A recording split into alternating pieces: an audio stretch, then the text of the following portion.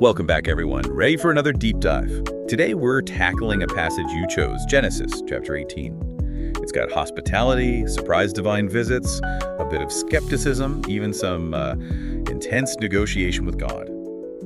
It's fascinating how this text weaves together those big themes. Right. Faith, justice, the relationship between humanity and the divine. Right. It's not just a story. It's like a window into how people wrestled with those ideas way back then. And how those ideas still resonate with us today. So let's set the scene. We're talking ancient world, middle of the day, scorching hot, and Abraham's just chilling in his tent. Exactly. Yeah. It's the kind of heat that makes you not want to move a muscle. And suddenly, out of nowhere, 3 figures appear. Talk about unexpected guests. But Abraham, he doesn't even hesitate.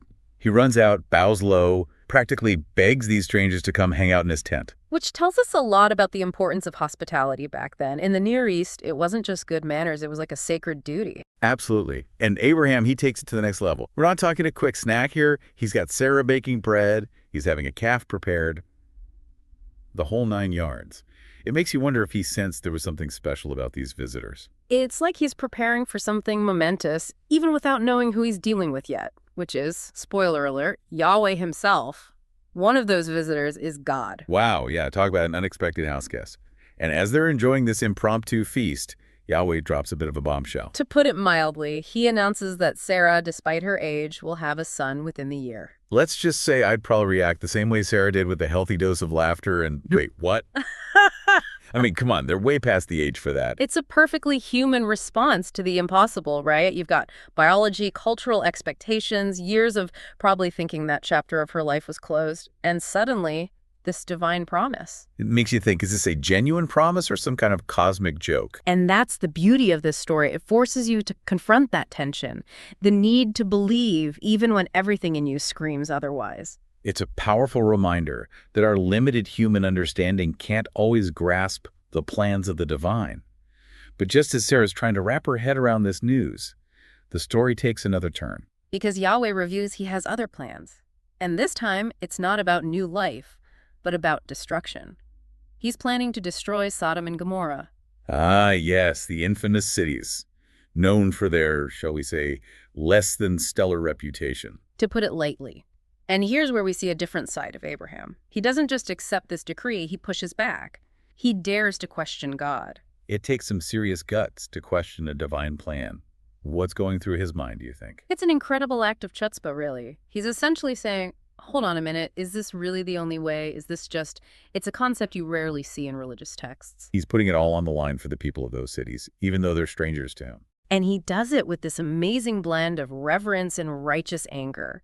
It's like he's giving us a masterclass in how to have those tough conversations, even with a higher power, without losing your humility. So how does this negotiation actually go down? Talk us through this incredible back and forth between a man and God. Well, Yahweh starts by saying, look, if I find 50 righteous people in Sodom, I'll spare the whole city. 50? That seems doable, even in a city with their reputation. You would think. But Abraham... He senses something. He starts this slow, careful negotiation. He asks, would God spare them for 45 righteous people? Oh, man, the tension. What happens next? Yahweh agrees, so Abraham pushes a little further. How about 40? He's like a master negotiator, but with the fate of cities hanging in the balance. And each time, Yahweh agrees. It's like even God in this story is open to being moved by a plea for mercy. They keep going back and forth until finally Abraham gets to 10. 10 righteous people. It makes you wonder, did Abraham genuinely believe he'd find that many innocent souls in those cities? Or was he just clinging to a sliver of hope, pushing as far as he could? That's a question that's kept theologians debating for centuries. Some see it as this incredible testament to Abraham's faith in the possibility of redemption, even for the most, let's say, flawed of societies. Like he's saying, no matter how bad things seem, there's always hope. Exactly.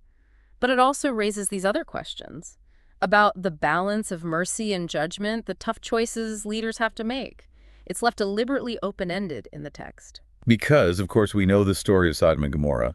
We know they were destroyed. So what does that mean? Did Abraham's negotiation fail? Or did it achieve something we may never fully grasp? And that, my friend, is why this story is so powerful. It leaves us wrestling with those questions. Yeah, it's like we're left with this cliffhanger. Did it make a difference or not?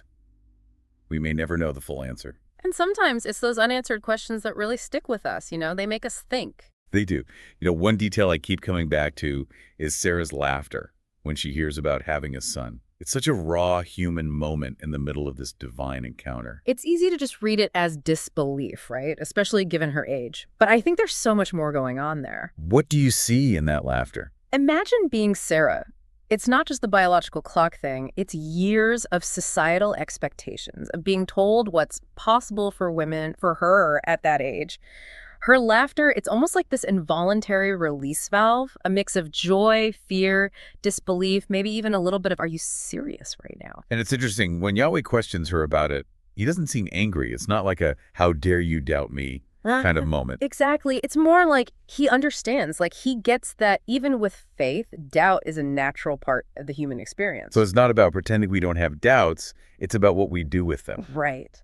This passage is like a reminder that faith isn't about blind acceptance. It's about wrestling with those doubts, those what ifs, and finding your way back to a place of trust, even when it's hard. That's actually really reassuring when you think about it.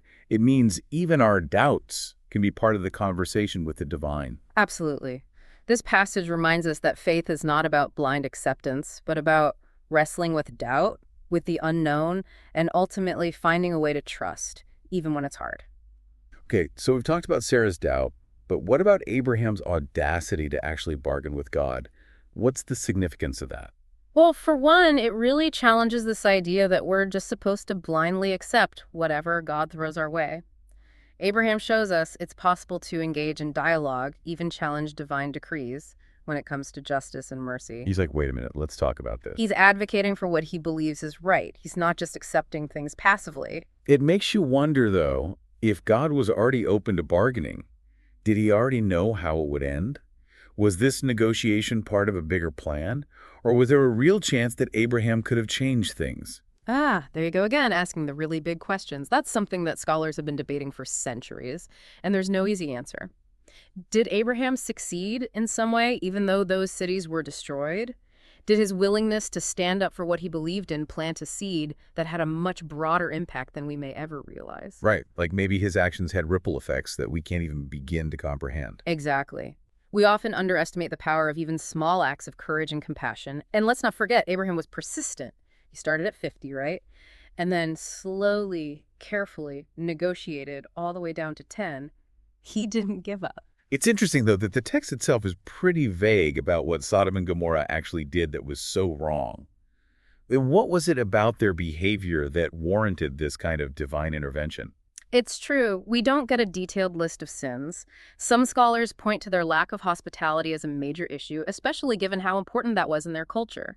Others focus on their affluence, suggesting a critique of materialism and the potential for social injustice that often comes with it. So it's almost like the text is inviting us to fill in the blanks a bit, to examine our own understanding of what constitutes true wickedness, true injustice. Exactly. And to ask ourselves how we balance those ideas of justice and compassion, both on a personal level and as a society. It makes this story relevant across time and cultures. Yeah, it really makes you stop and think, what do we consider truly unforgivable?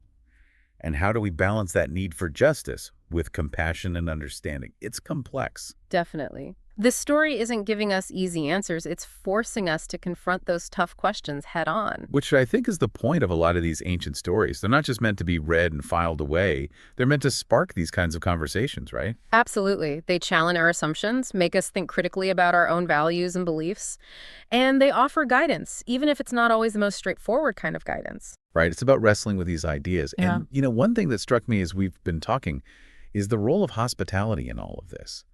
It was Abraham's openness, his willingness to welcome these strangers, that set the stage for this whole incredible encounter. It's true. That act of hospitality, it wasn't just a cultural norm. It was like this catalyst for something much bigger. It makes you wonder, what opportunities for connection, for understanding are we missing out on when we close ourselves off from others? It's a good reminder to keep our hearts and minds open to the unexpected. Because you never know when a simple act of kindness might lead to something truly profound. Couldn't agree more. Well, we've covered a lot of ground today. We've talked about Abraham's audacity to bargain with God, Sarah's very human response to the impossible, and the lingering mystery of Sodom and Gomorrah's fate. It's a story that stays with you, that's for sure. It really does.